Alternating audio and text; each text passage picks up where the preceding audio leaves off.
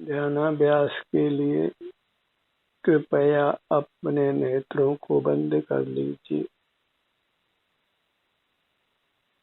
ध्यान बिना ही इंद्रियों की सहाय के होता है, इसलिए नेत्रों को खुला रखने की आवश्यकता नहीं है।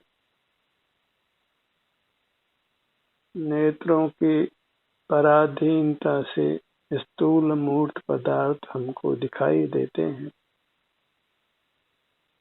और यह मूर्त पदार्थों को देखना एक पराधीन कार्य है और पराधीन कार्य से पराधीनता होती है।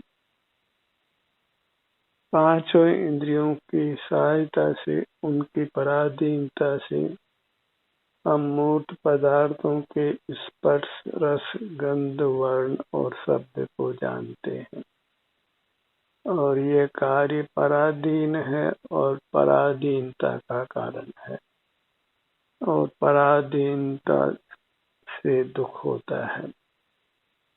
इसलिए इंद्रिय ज्ञान का निरोध करना है, मूर्त पदार्थों को देखना जानना नहीं। और अपने शरीर में जो भी आराम या वेदना की स्थिति है,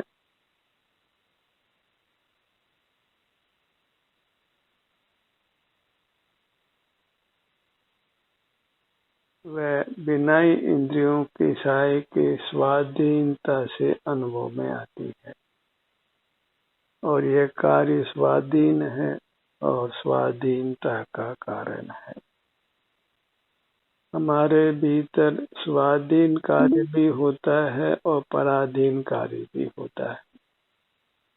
मूर्त पदार्थों को देखना जानना ये पराधीन कार्य है और पराधीनता अर्थात संसार का कारण है, दुखों का कारण है और अपने शरीर के सुख दुख का एहसास, अनुभव, संवेदन वह बिना इंद्रियों के सहाय के स्वाधीनता से होता है और स्वाधीनता सुख रूप है। स्वाधीनता सुख रूप होने से वही मोक्ष का स्वरूप है। तो मोक्ष की कामना हो, सुख की कामना हो तो स्वाधीन काम करिए, अर्थात बिना ही इंद्रियों की सहाय के इंद्रियों को बंद रखकर, मूर्त पदार्थों को देखना जानना बंद रखकर अपने शरीर के स्वास्थ्य की स्थिति, आराम वेदना की स्थिति जो स्वाधीनता से अनुभव में आती है, उसी का अनुभव करते हुए रहिए।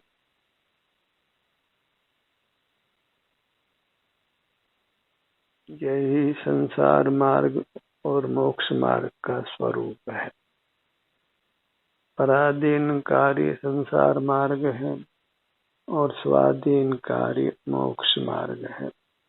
संसार मार्ग अर्थात दुख का मार्ग, पराधीन कार्य दुख का मार्ग है और स्वाधीन कार्य सुख का मार्ग है।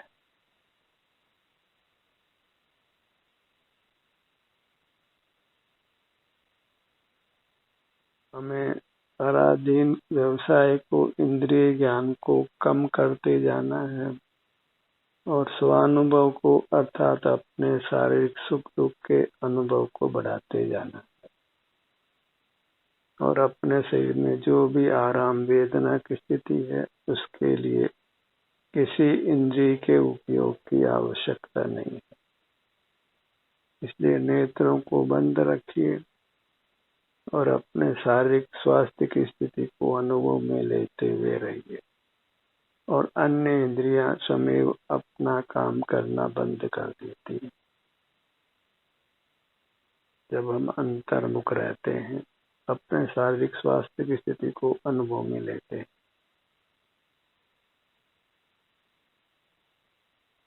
अपनी मुद्रा को लक्ष्य में लीजिए। हम स्वभाव से परमात्मा हैं और इंद्रिय ज्ञान करने से ही हमारा परमात्मपना रुका हुआ है।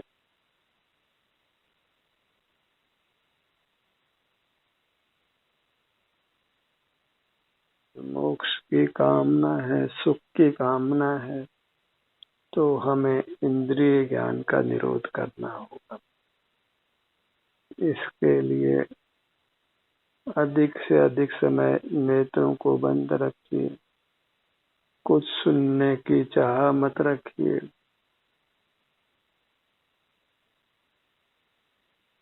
और सुनने से भी बचने के लिए अपने शरीर का एहसास करिए, क्योंकि जिस क्षण हम अपने शारीरिक सुख दुख की अवस्था को अनुभव में लेते हैं, उस क्षण पांचों इंद्रियों का व्यापार नहीं होता। उस क्षण हम जिनेंद्र समान होते हैं, इंद्रिय जयी होते हैं। तो क्षण क्षण हमको अपने सन्मुख रहना है, हमारे शारीरिक स्वास्थ्य की स्थिति को ही अनुभव में लेते हुए रहना है।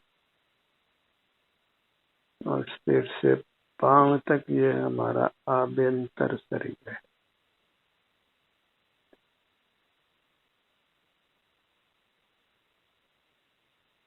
जो हमारा स्वरूप है, जो हम स्वयं हैं। और परमात्मा के पास उनका आभ्यंतर अमूर्त शरीर ही होता है, और उसमें स्वाधीनता से उनको सुख का ही अनुभव होता है। उनको बहिर्मुखता नहीं है, मूर्त इंद्रियां नहीं होने से इंद्रिय व्यापार नहीं है,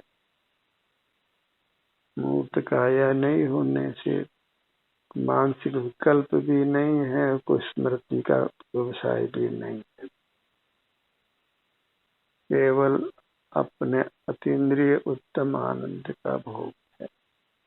ऐसा ही मोक्ष का स्वरूप निर्धार करके उसको पाने के लिए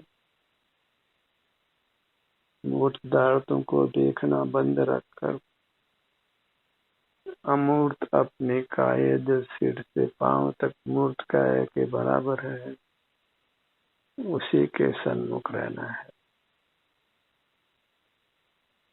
क्योंकि ये कार्य स्वाधीन है और सहज भी है।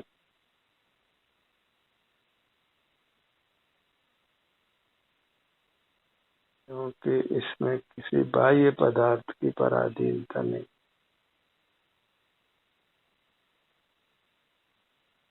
हमारी चाह ही हमको अंतर्मुख करती है। स्वाधीन होने की चाह, मुक्त होने की चाह, संसार दुखों से रहित होने की चाह ही हमको अंतर्मुख करती है, और हम अपने शारीरिक सुख दुख की अवस्था का ही अनुभव करते हुए रहते हैं।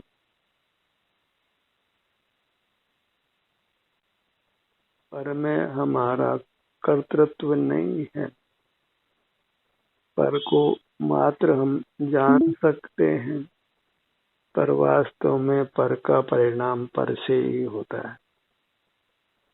हर पदार्थ स्वयं रूपांतरण करता है, पर पदार्थ के रूपांतरण में हमारा कर्तृत्व नहीं है।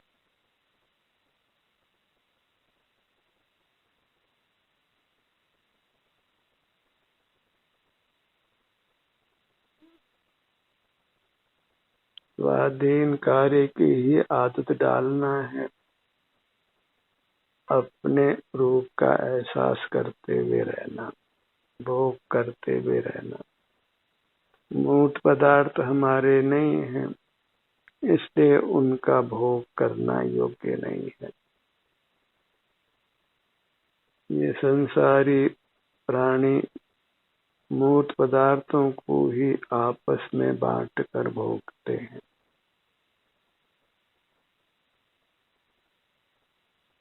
चोरों की तरह मूर्त पदार्थों का बंटवारा करते हैं। हमको इस चोरों की पंगत से बाहर आना है। मूर्त पदार्थों को बांट चूट कर खाना और झपट मार है। सबसे ज्यादा कौन मूर्त पदार्थों को अर्जित करता है, वही बड़ा आदमी माना जाता है। ऐसा ये संसार का अद्भुत स्वरूप है। पर बिना ही भौतिक सामग्री के, बिना ही मूर्त पदार्थों के हम स्वाधीनता से अपने सन्मुख रहकर सर्वोत्तम सुख को भोग सकते हैं, परमात्मा हो सकते हैं।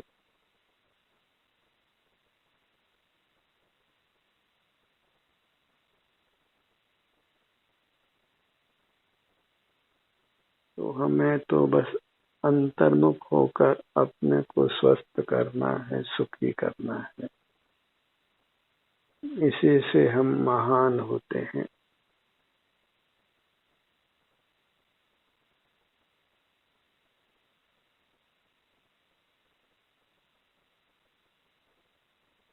अपने ध्यान को अपने सिर से पैरों की तली तक रखिए।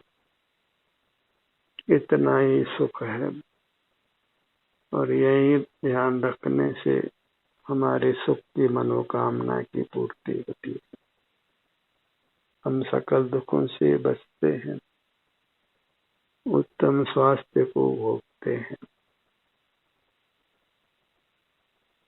बिना ही किसी बाह्य साधन के हमारे सब अंग उपांग अत्यंत स्वस्थ रहते हैं और हमें सुख का अनुभव कराते हैं।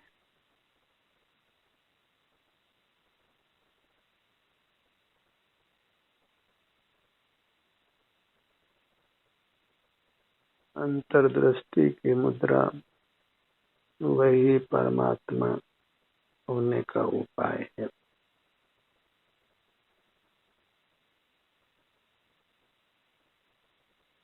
अपनी मूर्त को ही अनुभव में लेना, बारंबार निरंतर अनुभव में रहने का प्रयास करिए।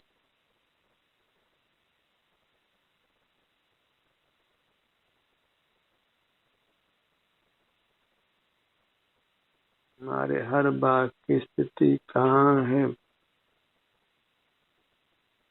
अनुभव के द्वारा ही उसका हमको वास्तव में ज्ञान होता है।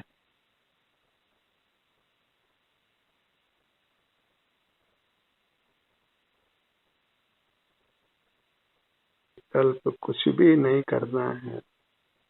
हर बाग में जो सुख दुख की स्थिति है उसका अनुभव करना है। और जब अनुभव का ही हम अभ्यास करते हैं, ध्यानाभ्यास करते हैं, तो अल्पकाल में ही हमारा शरीर अत्यंत स्वस्थ होता है। इसके किसी भी भाग में कुछ भी वेदना का अनुभव नहीं होता और वही हमारी उत्तम कमाई है। कितना हम अपने शरीर को वेदना रहित कर लेते हैं, सुखद बना लेते हैं, वही हमारी असली कमाई है। और उसके लिए कोई बाह्य आयोजन प्रयोजन की जरूरत नहीं है, बस अंतर्दृष्टि करना है। अपने ध्यान को अपने सिर से पैरों तक सीमित रखना है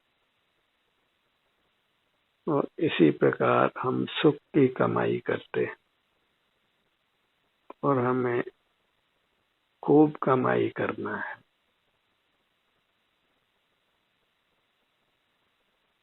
सुख को असीम बनाना है, वही अपने को परमात्मा बनाना है। इसलिए दिन रात्रि बस अपना ध्यान अपनी मूर्त पर रखिए, अपने सिर से पैरों तक। मंदिर में जाते हैं तो वहाँ प्रतिमा के सन्मुख हम अधिक समय नहीं रह पाते हैं। हर व्यक्ति फिर लौटकर घर आता है, पर हम अपनी मुद्रा के सन्मुख दीर्घ काल तक रह सकते हैं और इस प्रकार अपने को पूर्ण सुखी बना लेते हैं और फिर अपने को अपने सन्मुख रहने का प्रयत्न भी नहीं करना पड़ता है। सहज ही सर्वांग में सुखानुभूति होती है। वही हमारी आदर्श दशा है, वही परमात्मा का रूप है जिसको हमने प्रकट करना है।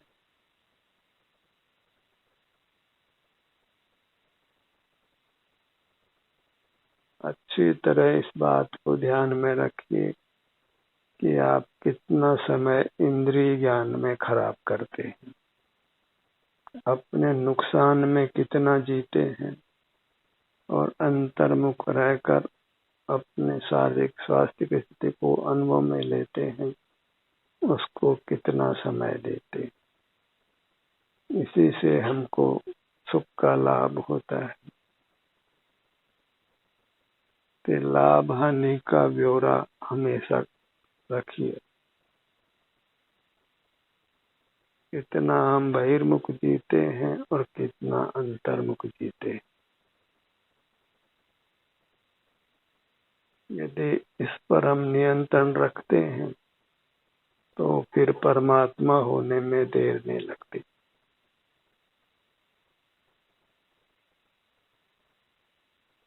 इसी को होश में रहना कहते हैं कि इंद्रिय ज्ञान होता है कदाचित तो हम उसको रोक कर अनुभव करने लगते हैं।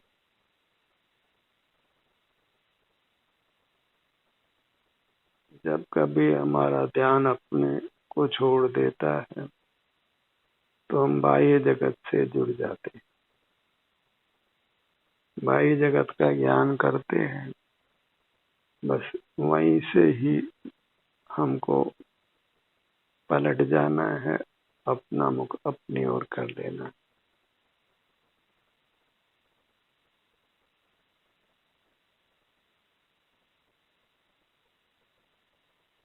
इसी में विवेक है, स्वपर का विवेक है, बाहर पर है और हम स्वयं हैं।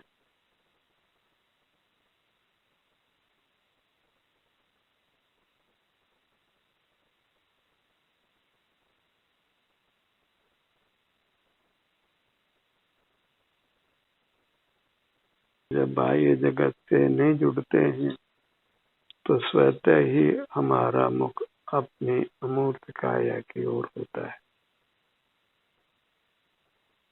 और अपने सुख की जो भी स्थिति है वह हमारे अनुभव में आती है और ये अनुभव ही हमको संसार सागर से पार करता है, सब दुखों से मुक्त करता है। अपने ध्यान को अपने धड़ भाग पर लाइए। विशाल है धड़ का भाग और यहाँ अपना ध्यान लाने में हमको किसी इंद्रिय का सहयोग नहीं लेना पड़ता।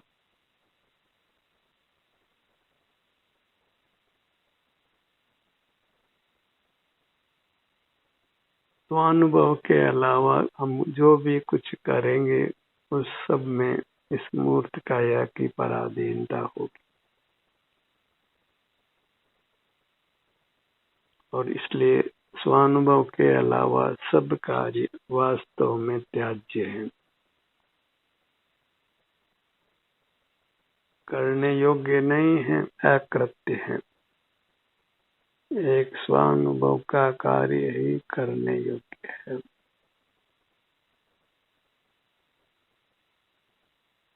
अपने ध्यान को अपने दाहिनी भुजा पर लाइए।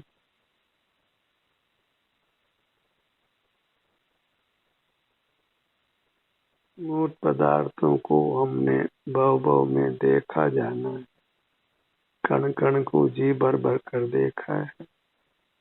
अब अपने अमूर्त काया को थोड़े थोड़े भाग से बारंबार अनुभव में लेना है। अनुभव सुख दुख का होता है, इसलिए अपने विभिन्न भागों में जो भी सुख दुख की स्थिति है उसी का अनुभव करते हुए रहना है स्वाधीनता से। तो वही स्वाधीनता अर्थात मोक्ष का कारण है। अपने ध्यान को अपनी बाईं भुजा पर लाइए।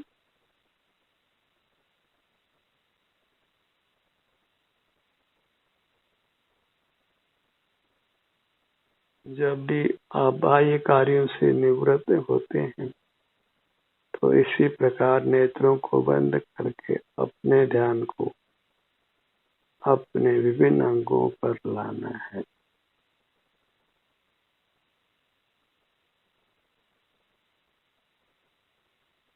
इस कार्य को यदि हम निरंतरता प्रदान कर देते हैं तो फिर हम परमात्मा हो जाते हैं अल्पकाल में ही। तो एक ही लक्ष्य बनाइए कि हम निरंतर अंतर्मुख रह सकें, निरंतर स्वाधीन अनुष्ठान कर सकें, अपने शारीरिक स्वास्थ्य का ही अनुभव करते हुए रहें। अपने शरीर में जो भी आराम वेदना की स्थिति है उसका अनुभव करते रहें।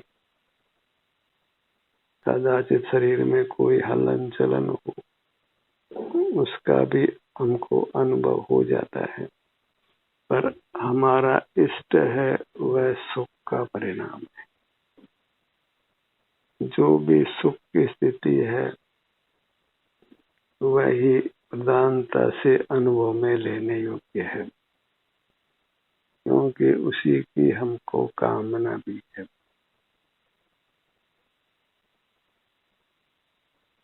सिर से पैरों तक आपको कैसा सुख का अनुभव हो रहा है?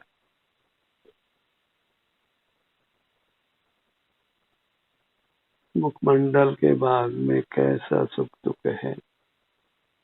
गर्दन के भाग में कैसा सुख दुख है?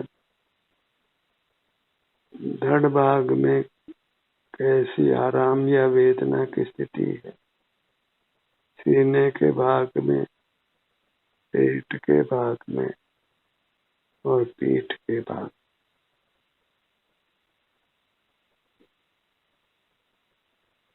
अपने दोनों भुजाओं को एक साथ लक्ष्य में लीजिए। अंगुलियों के अग्रभाग से कंधों तक हर भाग को अनुभव में लीजिए।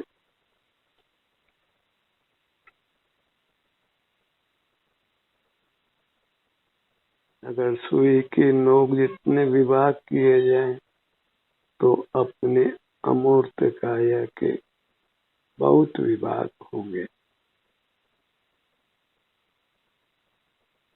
और जिससे यह सिद्ध होता है कि हमारी अमूर्त काया महान है, बड़ी है, परमाणु की तरह सूक्ष्म नहीं है।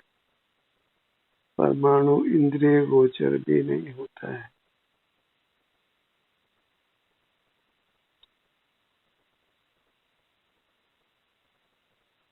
अपने दाहिने पैर पर अपने ध्यान को फैलाइए।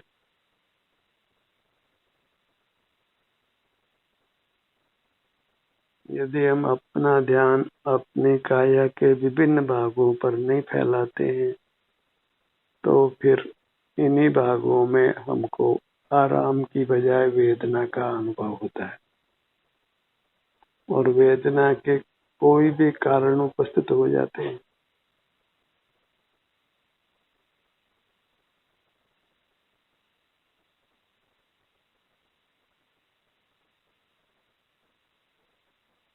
अपने दोनों पैर, दोनों भुजाएं, सीने का भाग, पेट का भाग, पीठ का भाग, हृदय का स्थान, नाभि का स्थान, अपने दोनों कंधों का भाग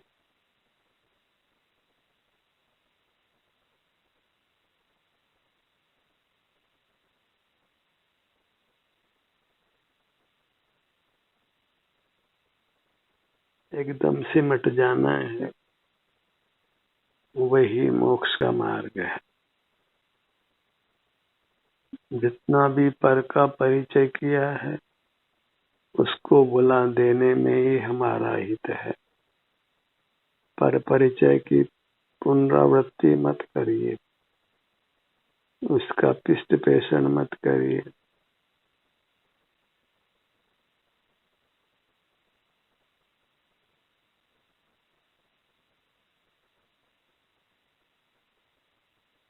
सिर से पांव तक नाना अंग है, नाना उपांग है। इस प्रकार ये हमारी अमूर्त काया महान है, बड़ी है, और सुख स्वभावी होने से इससे युक्त होने में हमें असीम सुख का अनुभव होता है।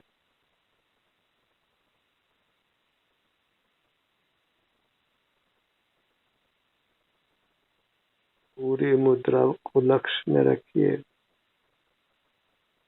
इसी को परमात्मा दर्शन, परमात्मा आराधना, परमात्मा भक्ति मानिए। और ये यथार्थ भक्ति है, सत्य भक्ति है।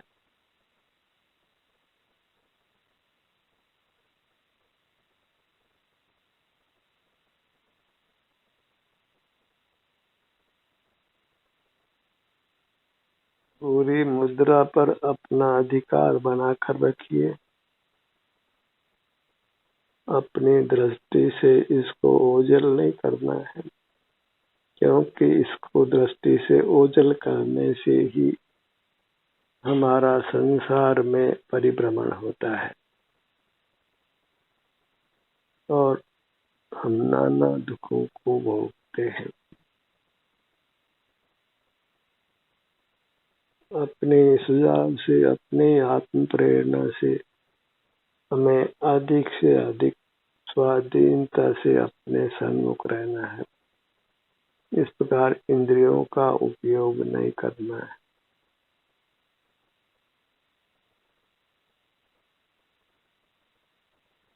ध्यान का ये सत्र यहीं समाप्त होता है।